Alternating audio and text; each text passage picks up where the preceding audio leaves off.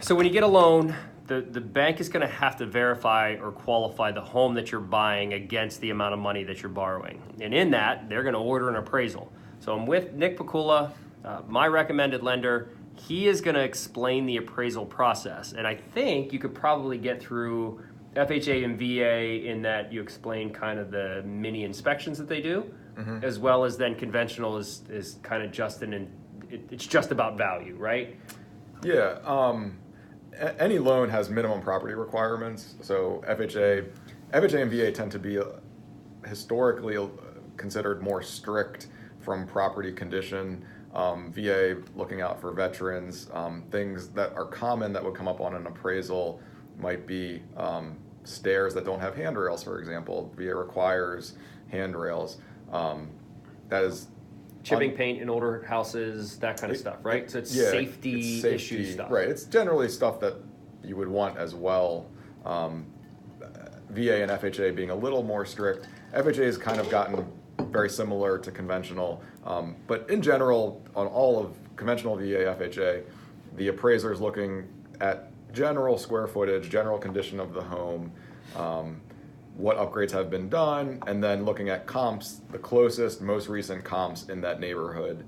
They can make adjustments if there's a short sale or a distressed property sale, and they're doing enough of their homework, they can actually reach out to that agent and just confirm, hey, why is this sale so far off compared to other sales in the area? But in general, they're looking for livability of the home.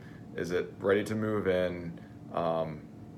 And they have different rules. Conventional is probably the most lenient on certain things. In general, like significant holes in walls or floors are going to be a problem kind of across the board, and that would be something that would come back on the appraisal report where the appraiser says this has to be fixed in order for me to allow this to go through. So, and that being said, appraiser says, hey, here's the value, but it's only the value if you get these things fixed. Yeah, subject to and then fixing this water leak. We as buyers go back to the seller and say, hey, we got value, but you got to take care of these couple of things that our appraiser says needs to be taken care of.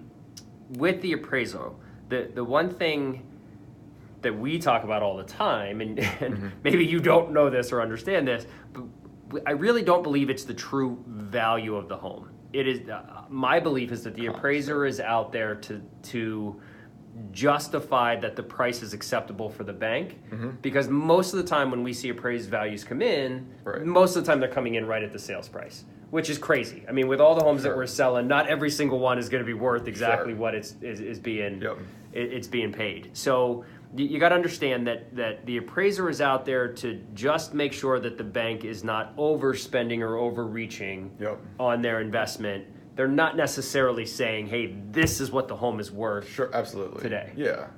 The appraiser is, I guess you could compare it to, they do, and in some cases nowadays, Fannie Mae and Freddie Mac are coming back with automated valuation reports where they don't even send someone out. Oh, wow. But the appraiser, any valuation is looking at sort of what's the home worth, and it's really to protect the bank. And one caveat is sometimes buyers will ask me, hey, what do I have to do to order the appraisal? And the bank orders it. You're not, as a buyer, you're not going to go and pick your own appraiser. That would be a conflict of interest. So the appraiser is representing the bank. It's just a number for the bank. It's protecting the bank's money investment into the home that you want to buy. Cool. Cool. Anything else? So, no. Done? All right. That's appraisals.